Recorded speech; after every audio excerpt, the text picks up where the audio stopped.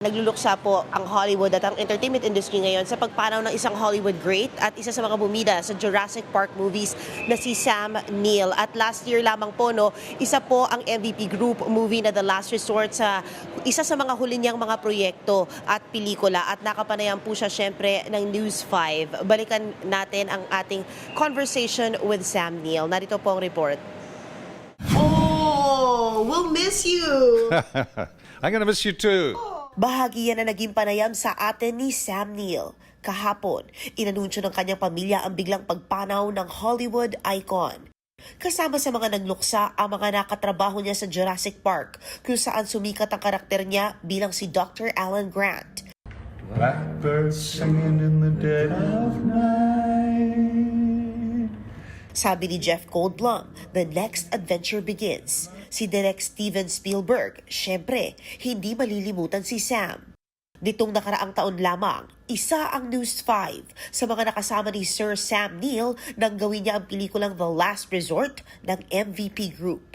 Suot ang kanyang barong Tagalog, winelcome niya tayo sa kanyang hotel suite.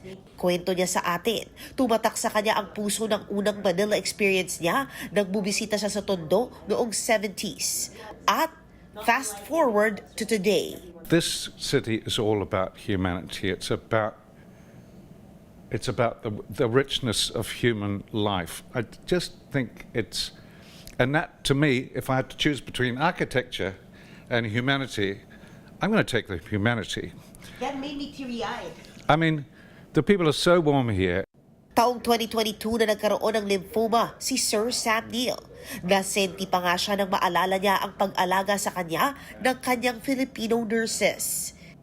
Most of my nurses were Filipina, and they were so wonderful and so attentive and good to me. I'll never forget them. They were the best. Higit sa pagiging isang mahusay na aktor, inalala ng buong mundo si Sir Sam Neill dahil sa kanyang pagiging mabuting tao. Take these broken wings and learn to fly.